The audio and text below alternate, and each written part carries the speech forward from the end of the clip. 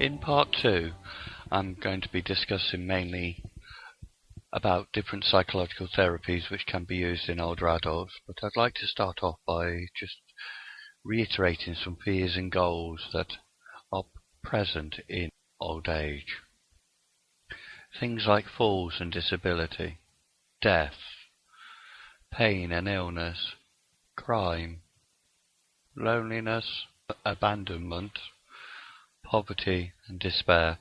These are all very common fears as we get older. Goals are things like to be needed by others, wanting to make a difference, to have relationships and security, to be well, to be happy and to be loved, to be valued, and also to have things to do. Not just everyday things, but other activities on top. We mustn't assume that fears or hopelessness are inevitable. Beware of your own age presumptions. Use your therapy skills to help people consider the evidence and review their options and resources. Also bring your own skills and experiences into action and focus on recovery aims and recovery goals. One of the different types of psychological therapies which can be used not only in older adults but in adults is attachment theory. Attachment theory describes the dynamics of interpersonal relationships.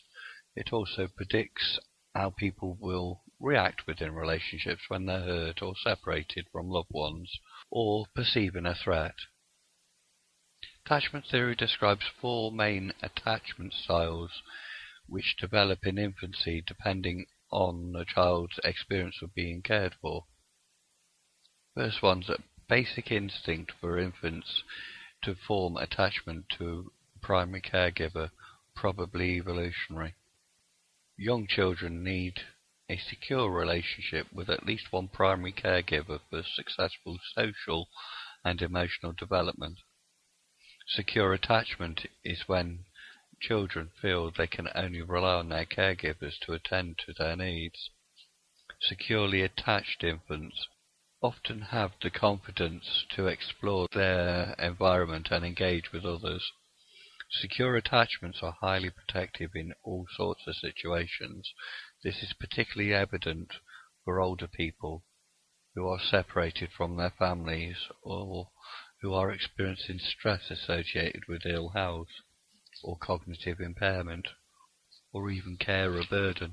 As we get older, children with abusive childhoods experiences are more likely to develop ambivalent attachments.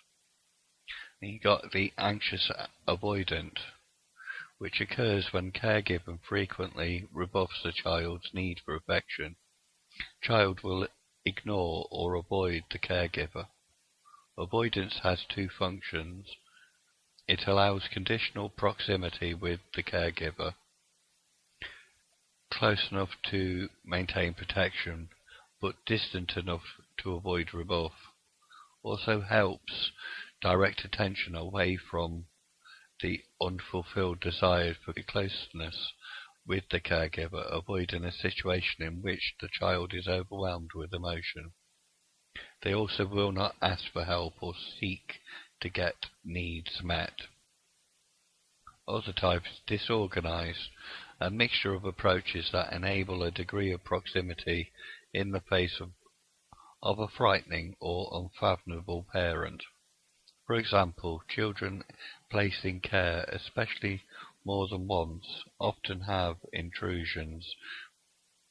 A rejected or neglected child approaches a stranger in an intrusion of desire for comfort, then is overwhelmed by the intruding fear of the unknown, potentially dangerous strange people. Can be a consequence of severe postpartum depression. We need to be sensitive to the reasons for people's poor engagement and respect their attempts to protect themselves from being hurt. It can also be a belief that the self is unlovable, carers are abusive, poor family relationships, poor resilience and self-soothing. One thing we all need to do when it comes to psychological therapies, no matter what age group we deal with, is negotiating a therapeutic contract by finding out what is a therapeutic contract, what particular help do older people need with this. Also your cohort, the cohort belief. A lot of the older generations currently have this belief that I should accept advice from professionals and do what the professionals are advising me to do. Also, give yourself a fighting chance. Don't just head off into the sunset when it comes to older adults. Not assessment, formulation, intervention. Spend time on the contract. Open doors to therapy. Where will the person find it easiest to meet you? Time generating and visioning a goal.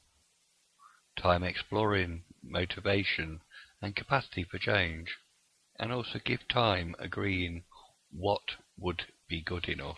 There are many different ways you can agree behavioural outcomes. The most common way and easiest way is to create SMART goals. SMART, or S, equals specific, M is measurable, A, achievable, R, realistic, and T, timely. The idea that feelings are the result of thoughts is not generally part of older adult cohort belief system. That's why using the SMART behavioural outcomes approach and using SMART goals will aid in the therapeutic relationship. The idea that the understanding also leads to change is not always a given. Not everybody believes or understands that. Solution-focused therapy is a very focused goal. It does make a lot of sense to older people who talk about things they'd like to be able to do and how they might be able to get there. You don't really have to know anything about therapy for this to make sense. Common ways when doing a solution-focused therapy, attributes needed are being positive and hopeful, being pragmatic, future-focused, respectful, which is a very big thing when it comes to dealing with the older generations, therapist-led, a vision of a realistic future, honours the adaptation, be non-confrontational. I'm going to now tell you some solution-focused questions which you may wish to use in future. Questions like, when you're better, what is different? How do you feel? What do you do? How do you speak? How do you spend your time? What do other people see that is different to now? How would I be able to tell if you were feeling better? On a scale of 1 to 10, 1 being not at all and 10 being perfectly, where are you now? Where would you have to be okay? Describe what 10 looks like. If our work together goes well, as it possibly can, what do you think is a realistic goal to aim for? What is it that tells us that you are not at 1 right now? How have you managed to stay above number 1? How will you notice when you've moved 1 step closer? And what will be the first thing that will tell you you have moved 1 step closer? Change occurs naturally when a degree of discrepancy between status and goal becomes too great. There is a motivation for change. The likelihood of change is strongly influenced on interpersonal interactions. The clinician by whom one is being treated by is significant and determines level of dropout and outcome.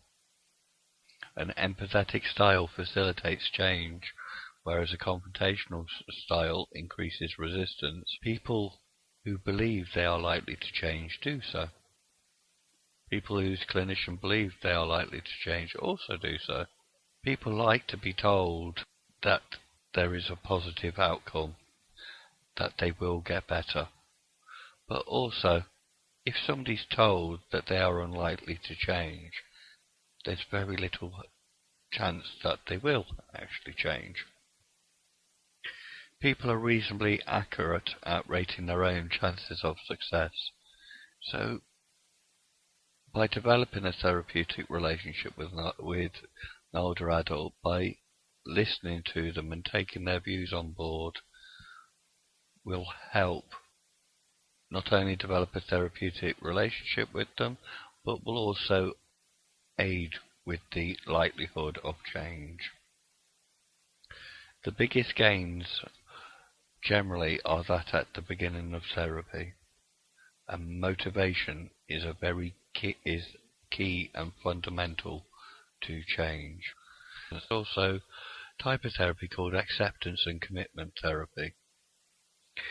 This differs from CBT, that instead of challenging distressing thoughts by looking for evidence and coming up with a more rational response, in acceptance and commitment therapy, the thought is accepted as a thought.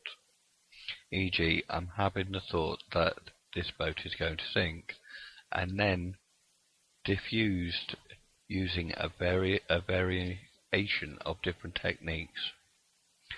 ACT uses 3 broad categories of techniques: mindfulness, including being present in the moment, and diffusion techniques, acceptance and commitment to values-based living. Another important part when it comes to older adults is families and systems.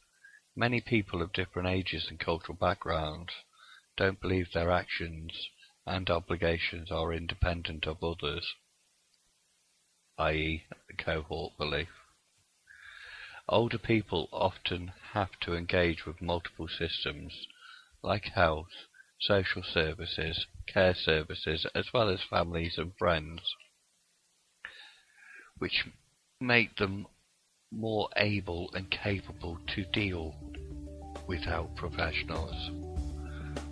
This ends part 2. I hope you found this instructional.